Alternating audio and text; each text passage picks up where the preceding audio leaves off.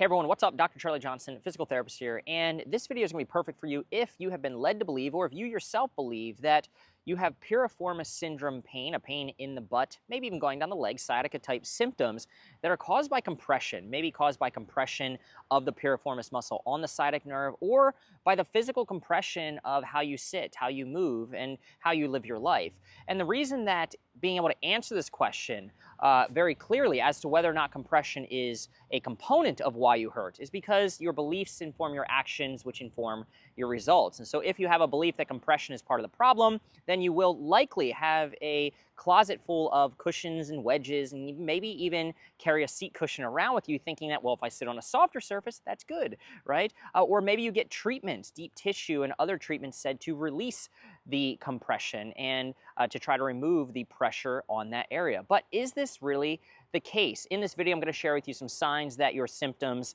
may be due to compression, as well as may not be due to compression. So this way you can start to change your beliefs so that you can change your actions and get the results that you're looking for. And if you're watching this video and you're not even sure what you have, you just have a pain in the back, butt, or leg, and you want to figure out the most likely source of your pain for free, go ahead and download my Better Than an MRI DIY diagnostic guide. You can click to get that above. All right, so one sign that your issue is not due to a compressive problem, you putting too much weight onto it or something else compressing the area, is if sitting on a soft surface makes you feel better.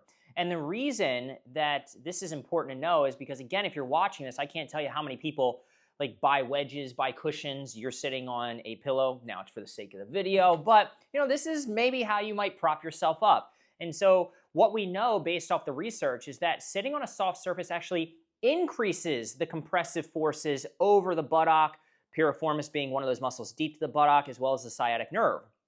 Whereas sitting on a firm surface or a hard surface actually removes the pressure, the compression from that piriformis glute area, sciatic nerve area, and shifts it to your butt bone. And so yes, sitting on a harder surface increases the overall compression, but it isolates it. And so it takes it off of the soft tissue and shifts it more towards the butt bone.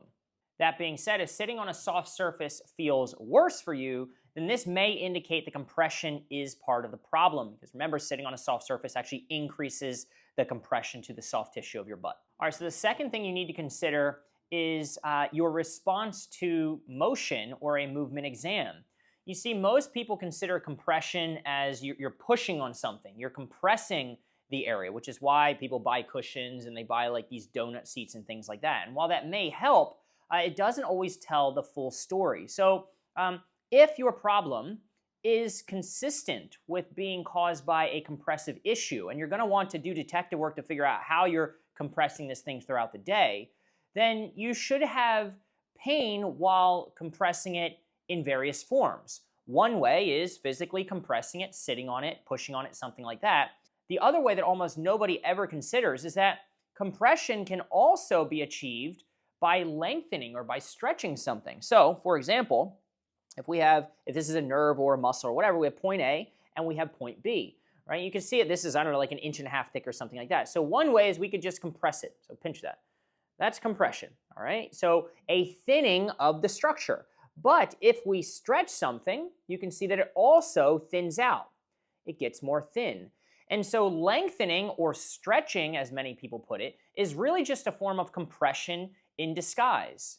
Another form of sort of actual compression or squeezing down on something would be obviously foam rollers, tennis balls, things like that. But if you go through a movement exam that involves stretching or lengthening and therefore compression of the piriformis muscle, the sciatic nerve, things like that, and you do not have pain while you're doing those things, then this is inconsistent.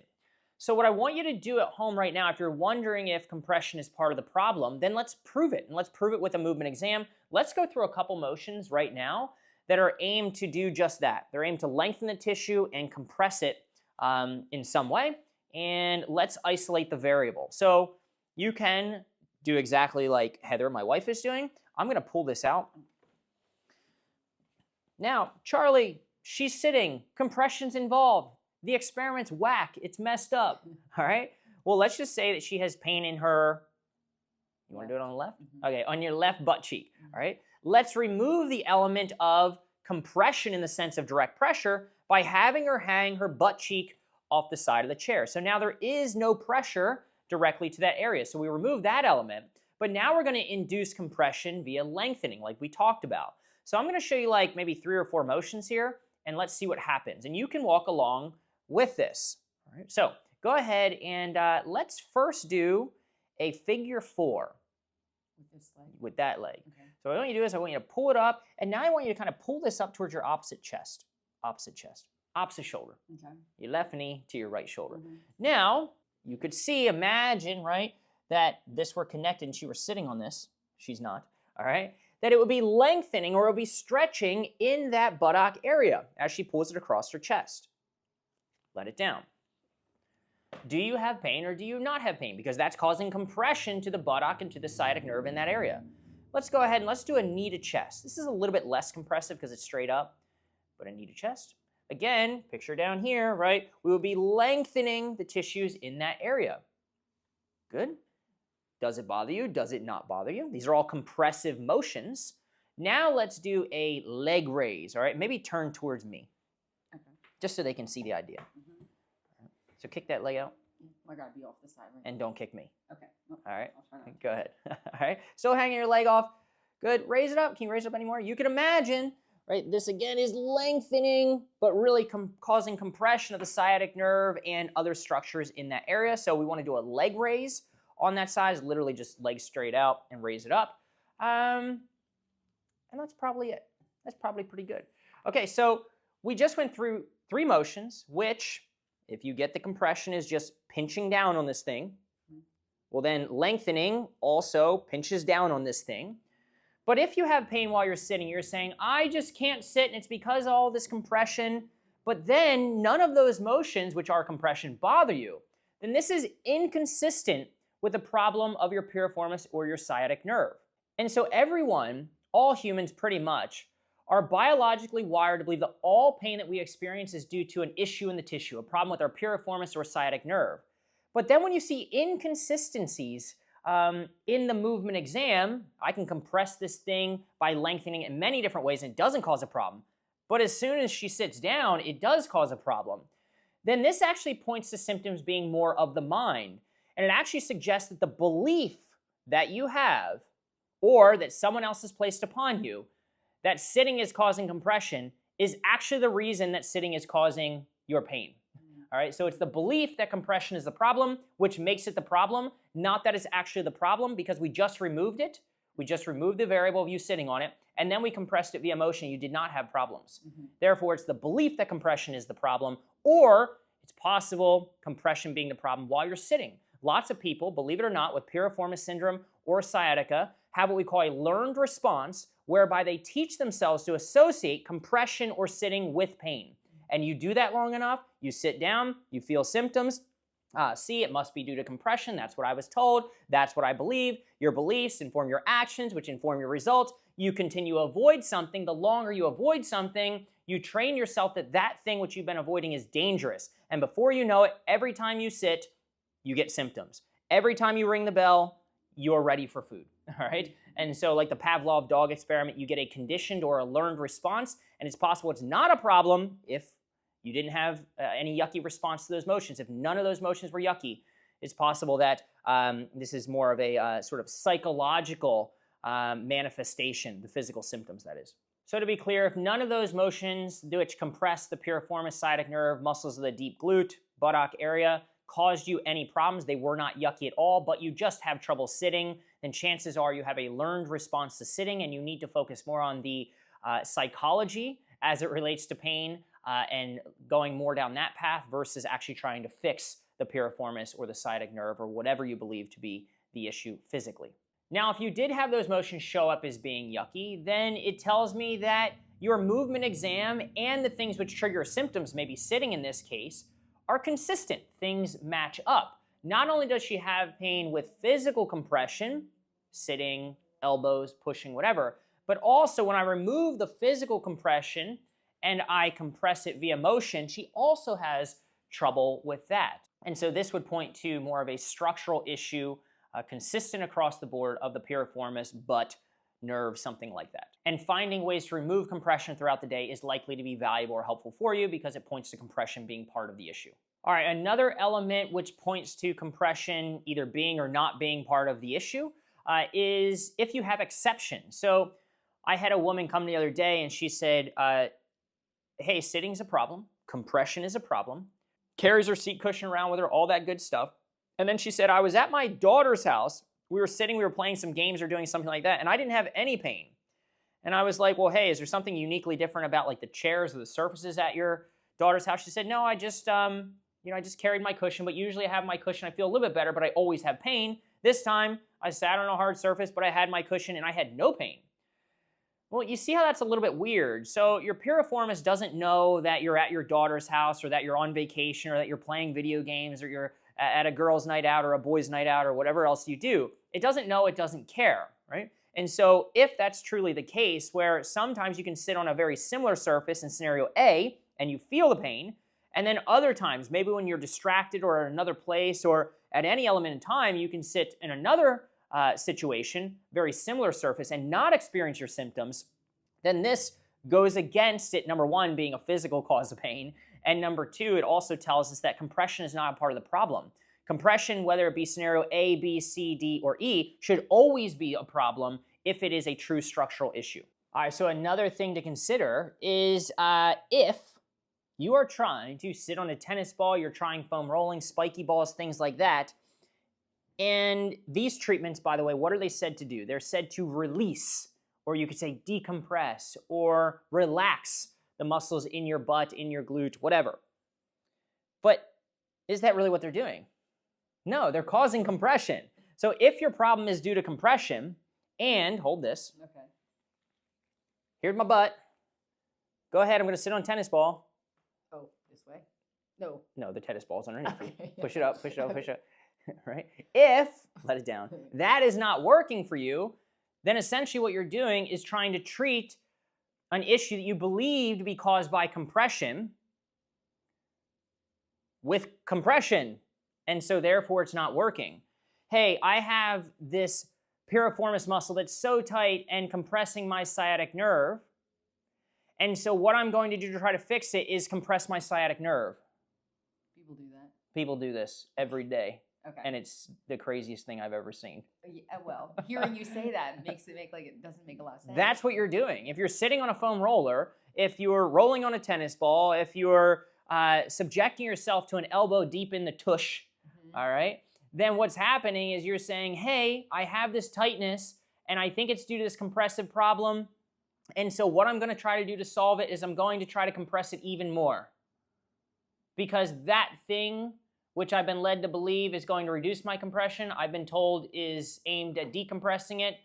But how is compressing something decompressing it? Doesn't seem to It makes no sense. Okay. So if you're trying these treatments and it's not working, these compressive treatments, then it is a sign that your problem may actually be due to compression. And no wonder compressing it more is not working. And so perhaps get rid of the tennis ball, stop foam rolling, and instead of trying to lengthen something, compression in disguise, maybe try shortening it, or maybe just try laying off it altogether and allowing it to heal. Every time you compress something or you lengthen it, again, you thin it out, you reduce blood supply and oxygen. Why do we care? Because if you reduce blood supply, then again, there's oxygen and nutrients inside of it, and you don't allow the body to have, or the tissue to have, what it needs to heal.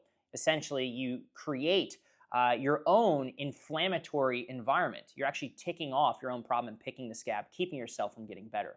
Just a quick side note, the other reason that these treatments said to release or decompress or relax the muscles of the area do not work is, well, we talked about the physical implications, what they do. They just piss it off through compression.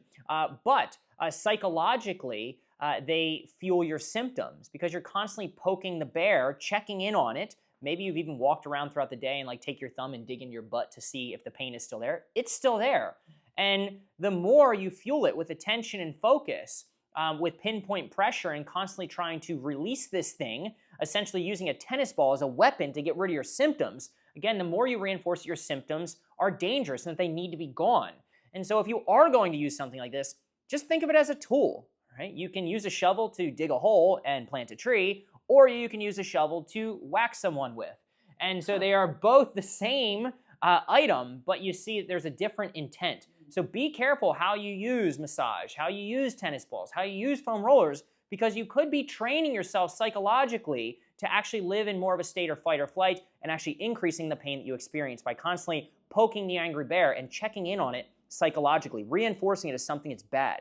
And the last thing I want to let you in on is the possibility that the compressive kind of tight feeling that you have in your butt and or in your leg, it might feel that way. Compression and tightness are a sensation, might not actually be caused by compression in that area. And so you see a lot of people treating their pain in the butt by doing things in the butt, right, or in the leg. Again, deep tissue, tennis balls, stretching the buttock, things like this, but it's just not working. And if that's the case, consider that maybe there's a problem upstream, maybe a compressive problem upstream, that is causing you to experience pain in your butt. And until you fix that thing, you're still gonna have the tightness in the butt. So you might need to look somewhere else to see if you're getting referred pain to the buttock. For example, the most common place I see that refers pain to the butt is a problem in the back. So this is where people feel the tightness. This is where they feel the tightness. I'll try to stretch this, foam roll this, do all this stuff, but it's not working. And it's not working because you've got the wrong guy or you've got the wrong girl, all right? And so what we can do is we can potentially prove to you right now, and you can go through this motion if you want, that the problem is in the spine. And when you compress, this is the most common motion that causes it, when you compress the structures in your spine by doing the motion I'm going to show you in a moment, you'll often see that even if you don't have any pain in the back, you get a shot of pain and tightness into the buttock, which proves to you it's a back problem, not a buttock problem. And maybe instead of trying to reduce the compression of your buttock, you might want to decompress at the level of the spine. All right, so what we would do is, first things first, hands on your hips, just bend straight backwards. Good, and off. This compresses the disc, the joints, and even some of the nerves in the back. That might alone provoke some symptoms in the butt. But now what I want you to do is twist to the side of pain in standing. So let's just say she had symptoms, that's fine, on your left side. Twist fully to the left and then bend straight backwards. Good, and off. Oftentimes what you'll see, obviously if you have pain on the right side, you would twist to the right and bend straight backwards. We call that a rotation extension test, whereby you're really closing down on the joints, the discs, the holes where the nerves exit in the spine when you twist to whatever side you're going to. So if you twist left and bend backwards, on the left side of the spine, and vice versa. And again, oftentimes what will happen is lots of people miss, oh, I've got pain in the butt, it's got to be a piriformis problem, and oh, maybe I have very little to no pain in the back. But oh, by the way, Charlie, when I do that motion and I move my back and I don't move anything else, I get the pain in my butt. That tells me the problem is the back, and compression, tightness, all that stuff you feel in the butt may seem like it's a butt problem, but you could be barking up the wrong tree and you need to treat upstream at the level of the spine to solve the problem. All right, so hopefully this video is helpful and gave you some ideas as far as doing detective work to figure out if your system is sensitive to compression. Your body, is it sensitive to compression or is it not? And you could have gone through some of these experiments to start to tease that out. Perhaps you also recognize that there are enough inconsistencies based off what I shared that maybe you're starting to question whether or not your symptoms are of the body at all, and maybe they're of the mind. All right, either way, at the end of the day, the goal is to start to connect the dots for you so you can figure out the most likely source of your symptoms and the things that contribute to it so that you can have the best chance of solving this. So if this was helpful, let me know what you discovered in the comments. And if you're interested in working with me personally and having me review your case, click the link somewhere below in the description to apply to work with us and follow instructions to submit your case review. Thanks.